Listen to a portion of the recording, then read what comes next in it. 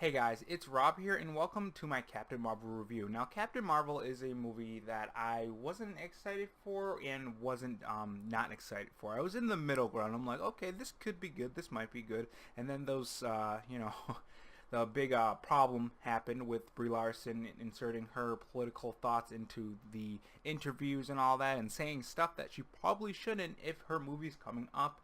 And that's what led to that Rotten Tomato fiasco, taking down the user scores for Captain Marvel and all of that. And going into the movie, I got all of that out of my head. I went into the movie trying to be an open mind, and like I do with all movies, and hoping it's a good movie. And unfortunately, I wouldn't say it's a good movie, but I wouldn't say it's a bad movie. It's a very, very meh movie. A lot of things it tries to do, it does very, not bad, but very poorly, especially in the script. The script is a huge problem. The way they structure the movie is a lot like Man of Steel, actually, how you'll get those flashbacks and how that was a little jarring to watch in Man of Steel sometimes for some people. You're going to have the same problem in Captain Marvel because they do it the exact same way, but they do it even worse to a degree because it starts to get confusing because there will be parts where like, okay, is this happening right now? Is this happening in a simulation? What's going on here? That was one of my main problems with the movie. Another main problem is with Captain Marvel herself. Captain Marvel in this movie is not a very good character.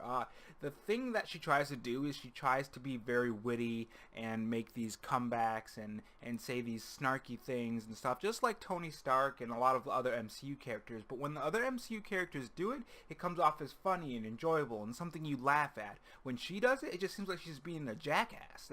That's what it comes down to. And it doesn't come off as genuine or funny even. Now, I do have to say Nick Fury in this movie was enjoyable. He's a lot different than the Nick Fury we know of the current MCU timeline. Way different, like leagues different. He's more jokey, more sarcastic, more, I guess you could say Nick Fury is like that in a sense, but it's more heightened in Captain Marvel. Now, I did enjoy the banter between Captain Marvel and Nick Fury. That was an enjoyable part. They seemed to have this chemistry that was really strong, even like straight when they met. There was this back and forth that you see in a lot of the MCU characters that's still strong in this movie, and that I did like in this movie. One thing that I really didn't like, that seemed like they just shoved it in here just to remind you, hey, this show still exists, is Coulson. They shoved Coulson in here, and I get why they did that. It was a good opportunity to remind everyone that, yeah, we still have Agents of S.H.I.E.L.D. So that was a cool nod to it, but I felt like it was forced. Now, Captain Marvel's friend, I cannot remember the name for the hell of it, but I'm just gonna call her Captain Marvel's friend because that's literally what I have on my list right there.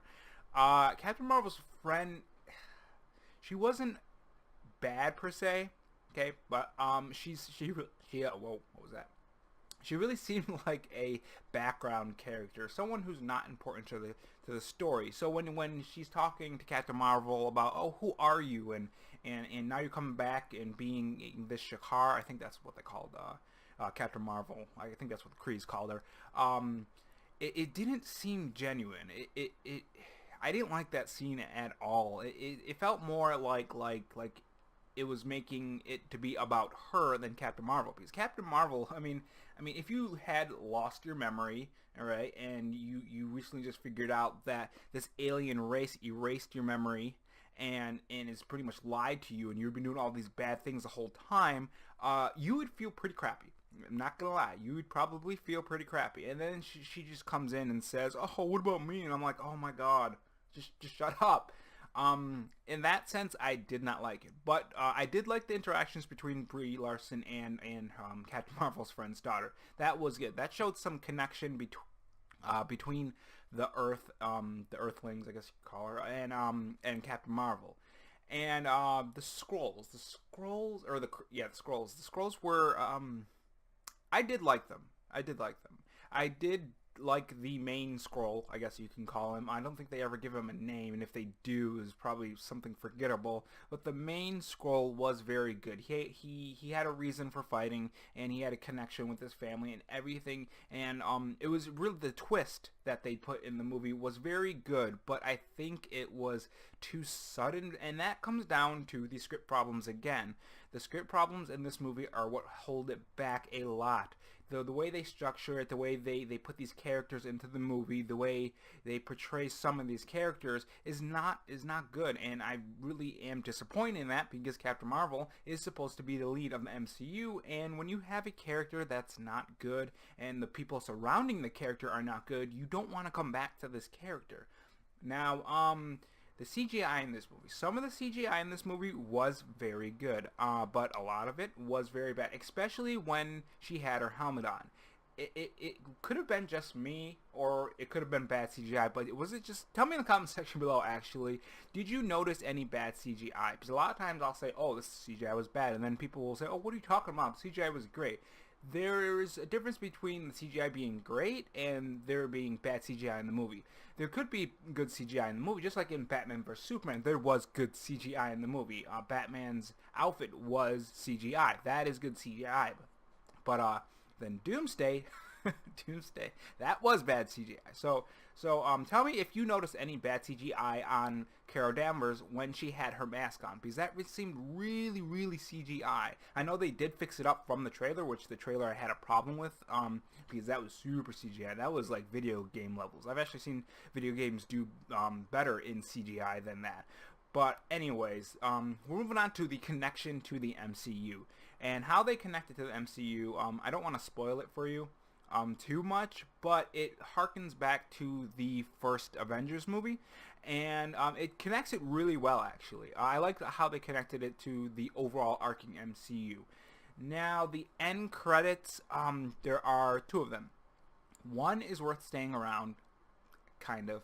I'll explain that in a bit. And the second is, it's kind of worth staying around. It was funny, a bit funny. I don't know why, like, the whole theater laughed. But I didn't find it too funny, but I thought it was pretty enjoyable. Now, the first one I was talking about is in that scene in the Endgame trailer for Avengers Endgame. You see them in the HoloLens, right? It's in that room, and you see the pager that Nick Fury dropped when he got affected by Thanos' snap.